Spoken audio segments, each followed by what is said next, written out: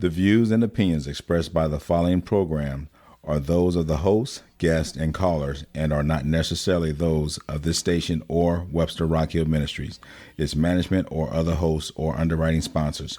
Programs presented by KWRH-LP are for educational and entertainment purposes only.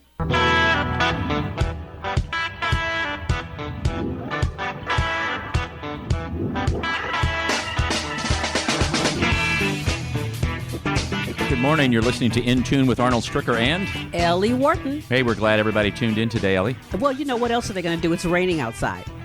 Well, they should be listening to In Tune all the time. They really should, because what do we teach them about, Arnold? We teach them that In Tune is a 2-hour weekly broadcast which focuses and reflects on issues that impact and connects our community and the greater St. Louis area. Our topics include the arts, crime, education, employment, faith, finance, food, history, housing, humor, and justice. And today we're going to talk about All Among Us, which is housing and economics, and it's everything. It's a great thing. Catherine Shaw is here in studio. Catherine, thank you for coming to the studio to talk to us. Good morning. Thank you for having me. And she is just so exciting. I mean, just the time that we've had so far.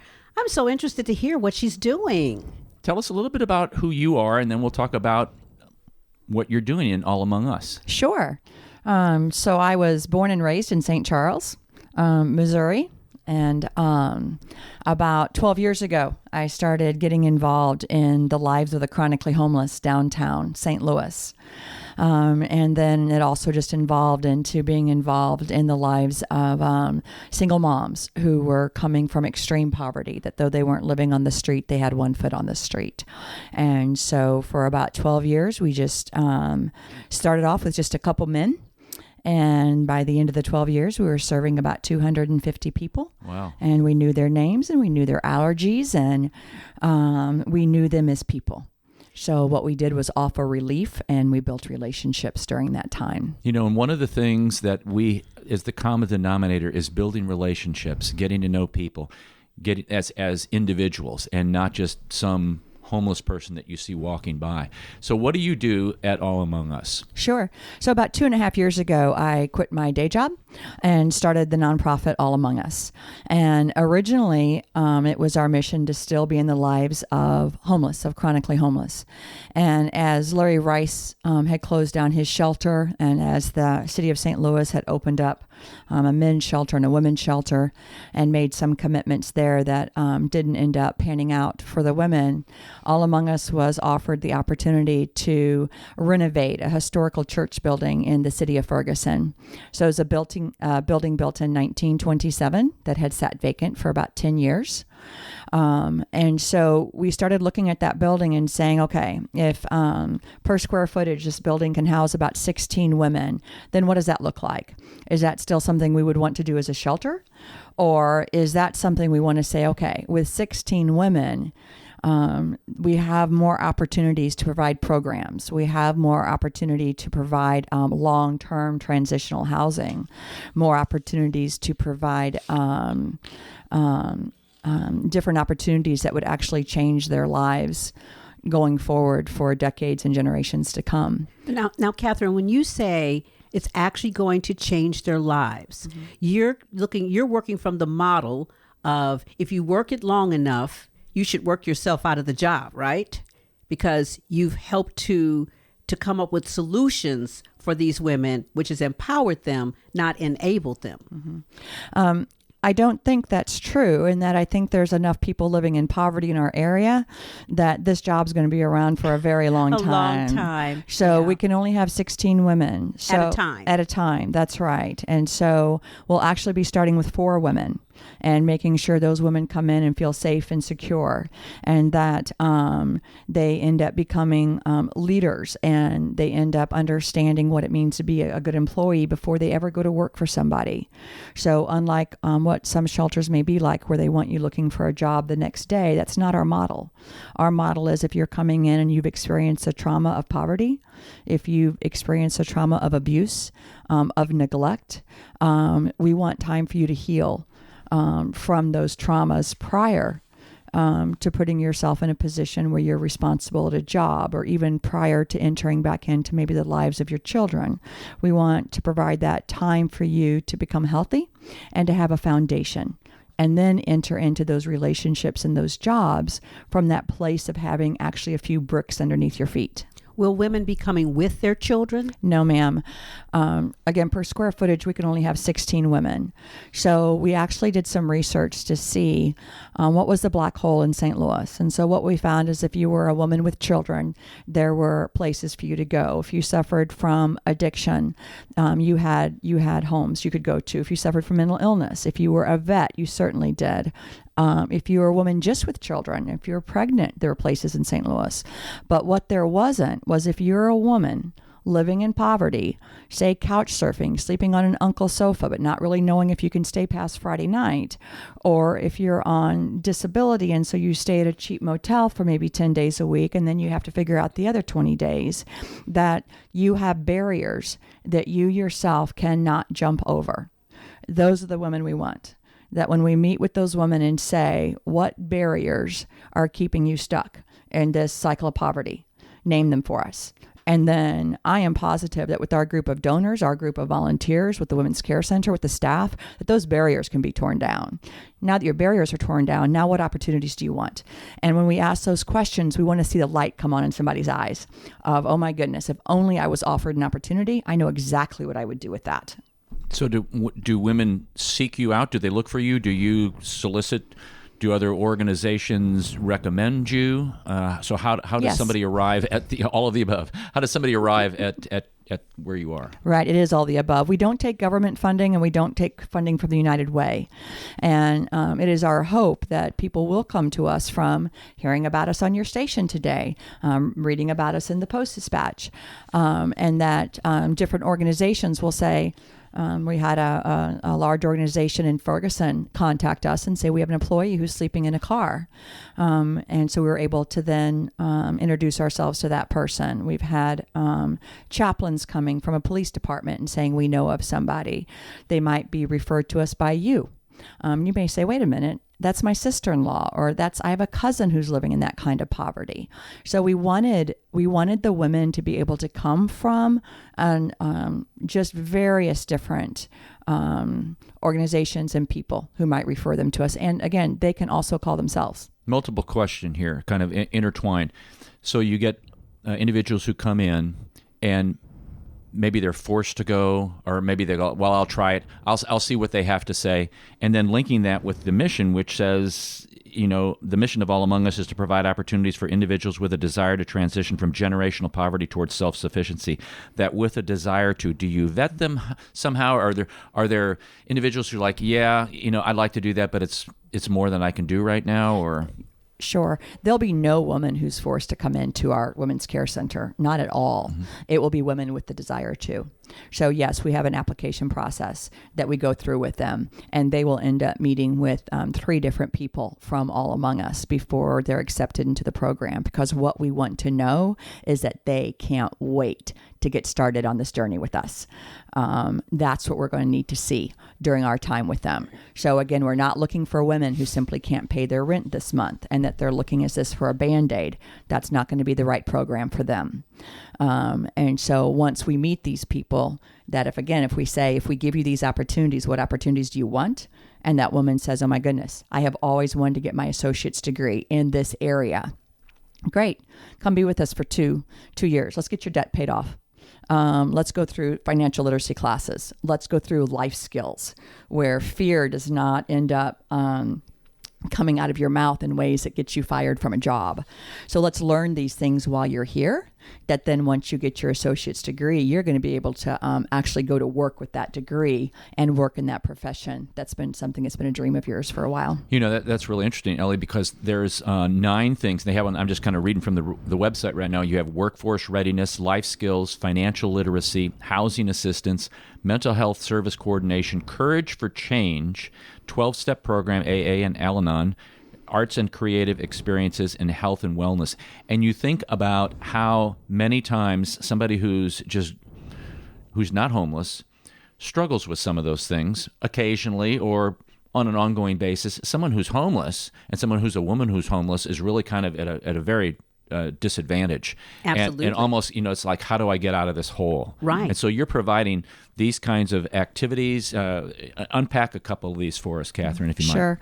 And just to be clear, again, in our center, this isn't a center for chronically homeless women. This is a center for women that we say are living in poverty, that they will be living in a home. They will be living in a motel. This isn't the chronically homeless that we've served for many years, or people who are on the streets due to chronic mental illness and chronic addiction.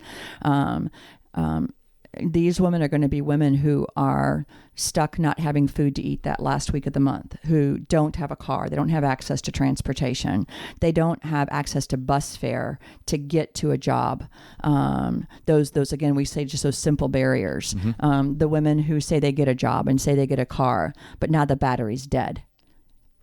They don't have $60 or $100 for a new battery. So these things that don't allow these women to continue to be long-term employees, it's those barriers we want to be able to take away. And so unpacking a couple of these, when we talk about workforce readiness, sometimes what I've seen over the years is that one of our women will get an amazing job with a large organization here in St. Louis. And then the boss comes up to her and says, how you're doing that really doesn't meet our standards. I want you to read this page over again, and tomorrow let's try this again. Well, that person is overcome with fear. And their fear is, I'm going to be let go. I'm not good enough. And what they may do, instead of saying, sure, I look forward to trying this again tomorrow, they may lash out in anger. Well, they can lose their job over that. So when we talk about the workforce readiness, what does it look like to show up on time? What does it look like to interact with your peers in a way that's supporting them and that where you're not gossiping about each other? What does it look like to be respectful towards your boss? What does it look like to do your best the entire time you're there? And that's what we talk about when we talk about workforce readiness. We don't want our employee to go to work for you until they're ready to do that. So you do some role playing with that, so they're certainly in some situations like that. That's right. And again, with life skills, we're watching the women who are coming from poverty who haven't had. They often live in what we would just say is a small box. They live in a small radius of actually where they live, where they shop, where they play. Some of this can be pretty small. And so with the life skills, we want to just make that box bigger and bigger and bigger. And part of that's getting women out into the community. And just in Ferguson, getting them really involved in the city of Ferguson, Florissant, Normandy, Delwood. Let's get involved in that community. But then what does St. Louis have to offer you? And then let's go beyond that. Have you ever been to Kansas City to see the lights go on in the plaza? Have you ever been to where they have cows and hay? What does that smell like? So we really want to give them different experiences that will increase their life skills. And I can really relate to what you're saying, not personally, but I remember we had an intern when we were first starting the station here, and she lives up in far north, St. Louis, and had never been to Webster Groves. And so when we interviewed her over the phone, and I told her I wanted her to come in, and when she got here, she told me, she says, I was afraid to come here. I had never been this far south, and first of all, she thought I was a white woman. So she was really afraid, like, oh my gosh, I'm going to Webster to a white woman. I'm really in trouble, Right. But I almost couldn't understand that fear because it's like, what? Mm-hmm. But again, I get in my car, I drive all over. That's right. I have access. No, they don't. And they don't. When you don't have that transportation of a car, it makes your life small. Especially in St. Louis. That's right. If you're in some of the other larger cities, Metro, you go up to Chicago, man, there's every kind of way to get around in the world. Mm-hmm. St. Louis, you're right. If we had an intern that lived right at the other end of Webster, and at first he didn't have a car. And he told us it took him almost an hour to catch the bus to come here because there was no direct bus to come here. Most definitely. We have people, again, who have been offered really good jobs, and they'll be on the bus 3 hours there and 3 hours back. And if I drove, it would be a 25-minute drive. 25 minutes, that's right. That's right. So they're spending up to 6 hours a day on public transportation. And people don't realize that's such an impediment, especially for people who have been living in poverty. It kind of really keeps them exactly right where they're still at all the time. That's and right. It's hard to get out of that. I wanted to ask you about volunteer opportunities that individuals within our greater community could could assist in your program at All Among Us? Sure. We are putting together those volunteer opportunities now. Since April, our volunteer opportunities have been renovation. So we've had an amazing group of volunteers since April who have renovated this building. And so now as we get ready to open the doors of this building, our volunteer opportunities are going to change. And we are in the midst right now of writing up those opportunities, and they'll be on our website. It may be about 4 to 6 weeks before they're there. But if we can just ask people if they would just check back with our website, which is www.allamong.us. Yeah, I saw that. It's great. Yeah, www.allamong.us. Yes, and we'll have volunteer opportunities posted there as they come about. Now, you've got an open house coming up on November 3rd from 10 o'clock to 12 o'clock. Yes. And individuals need to go to the website to sign up for that. What will they experience in the open house?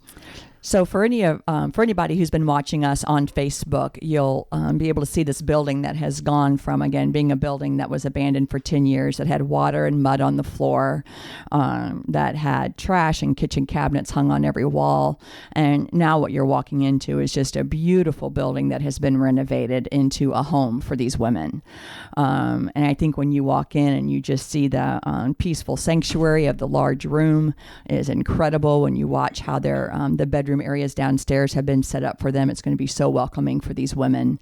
And just the property we're on, the volunteers who have built vegetable gardens for us and have done planting, almost everything planted, the plants are all edible.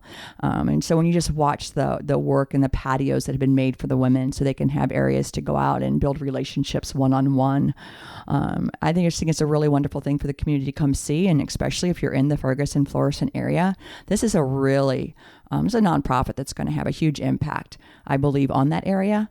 So come see what we're doing and come get involved. Yeah, if you're familiar with Ferguson, where the train trestle crosses South Florissant Road, or Florissant Road, depending upon, which it's not West Florissant, it's South Florissant Road, right down by where the library is. That's right. It's kind of on the west side of Florissant Road there. It's up on the hill. Now, let me just ask one quick question about this. Could your women use like professional clothing and things like that to help them in the transition? No, ma'am. And let me just tell you why. We have no storage space. This building is a really small church.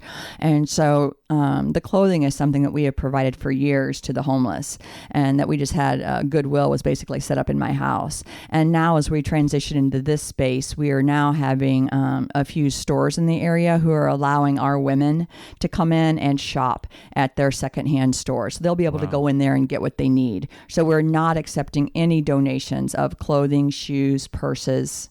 No. But that's great that the other community groups are, partnering with you to provide those things. Most Because definitely. That kind of collaboration is really important for the strength of a community, and particularly with Ferguson right now. I think that to be able to show partnerships, collaborations, just everyone working together to show the rest of our communities and the world that Ferguson really is where it's at. Yes, I have to say, have fallen in love with Ferguson.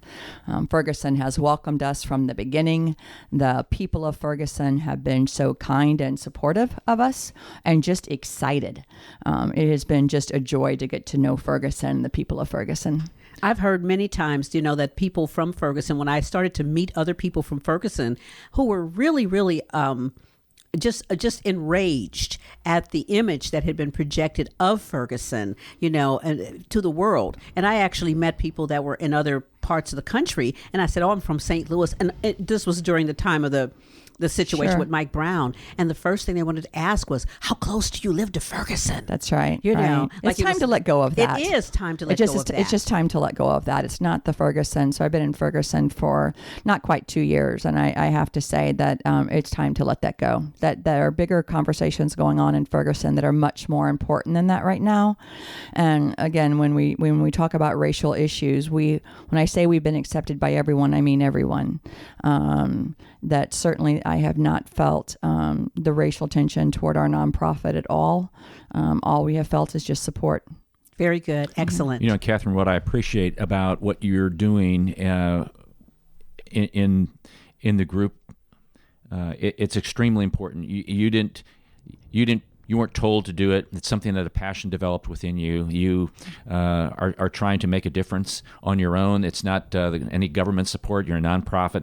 It goes back, Ellie, to many people who are stepping up and taking on issues that impact a lot of kids, a lot of women, a lot of men. That's right. And how can you best do your part to improve the lives of those individuals? You have locally here at Dewey's in Webster Groves on November 6th, from 4 o'clock to 10 o'clock, you have a fundraiser going on. And some of the proceeds from that, I understand, will go to at All Among Us. That's right. They'll go to support the opening of the Women's Care Center. And so we really want to encourage the people of Webster to join us that night. And it will only be at the Webster location. So please come out and join us. We'd love to meet you. The staff from All Among Us and from the Women's Care Center will be there that night. So please just come up and say hello to us. That's November 6th from 4 o'clock to 10 o'clock at the Dewey's in Webster Groves. And that is such a popular place, and they do a great job with fundraising. They do. They do an excellent job. Plus, they just have really darn good pizzas. And their salad's my favorite salad. salad. Their salad. I tell you, yes, they are good. Catherine, what are some closing remarks you have for us and for our listeners? I think something you just touched on that I think is wonderful is that it doesn't take a government organization. It doesn't take a large corporation to make a change in our community. It takes somebody having a changed heart and having a passion. And if you have that heart, I just want to encourage you to take a step in the direction of where your heart is leading you. And I think that, when we're looking to have, what someone had said to us was, can you move the needle? So I can't end poverty and I can't end homelessness, but I know we can move the needle on poverty in the lives of women in Ferguson. I know we can. And so that's what we're doing. And so if you have that sort of a passion in your heart that you think, I'll do this when I retire, or I'll do this when the kids are gone, just do it today. Don't wait on that. Yeah, the need is so there. That's the thing. Oh, yes. The need is there. And I always find, because I do a nursing home ministry, I always find that every Saturday when we go, the people are so open, and at the end they're just thanking us for That's coming right. in. And we've been doing this for 5 years, and every week they thank us like it's our first week. That's right. But I tell them, you know what? We're the ones that are being blessed. They don't realize the impact that they are making in our lives. By us giving, they give back that love. And I'm sure that's what you see from the women who are coming to your centers as well. That's right. We say we get involved in people's lives, and part of our hope is to heal their story. And what I know is that our staff, our volunteers, our donors, their stories are also healed by being involved in the lives of others. That's right. So we're not just impacting the women who come to the center. Everybody who is involved in All Among Us, I believe their stories are healed in some way. And what happens too is that the goal should be that these women then, once they're healed and they're able to go back out, they're able to see other women that were in positions like they were at one time, be empathetic, but also be able to say, hey sis, I know a place that can help you heal. Right. And those people who have been through it and experienced it, they can speak truth in someone else's life That's in a way right. that maybe I cannot. Absolutely. And so we were talking to a donor, and originally they had said that we weren't quite the nonprofit that they would want to support. And one of the things they said was, you're kind of an expensive model. And, we need to raise $500,000 every single year. And when you say you're raising $500,000 and we can have 16 people at a time, if you do the math on that, it can seem expensive. And then when I went home and I thought about that, and I'm like, wait a minute. Like I went back to the last 12 years and some of the women's lives we've been involved with, and have watched them go back to their immediate families, go back to little brothers and sisters, go back to their friends, go back to their community, and the impact they've had. It goes back to that pay it forward. That it has a long-lasting effect on a lot of people. And the cool thing is when we went back and shared that, then that company in Ferguson came back and supported us just very generously. And, it goes back to the concept of eliminating the brain drain. So often what happens is that you get into communities, people begin to better themselves, and then they say, oh, well, you know what?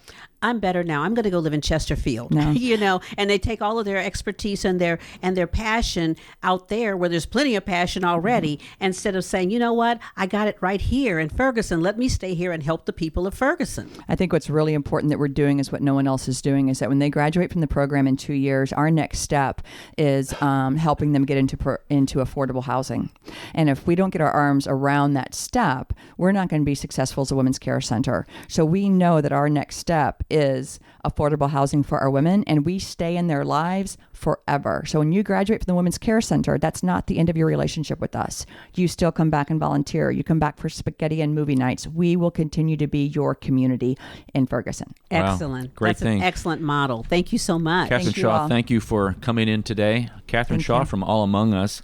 Ellie, what a great program that's been set up for ladies who are struggling in poverty to That try to is so help them true. get back on their feet and really move out of that. I love it. Thank This you, is Arnold Catherine. Stricker and Ellie Wharton of In Tune. You're listening to KWRHLP 92.9 FM, your community radio station in Webster Groves, Missouri.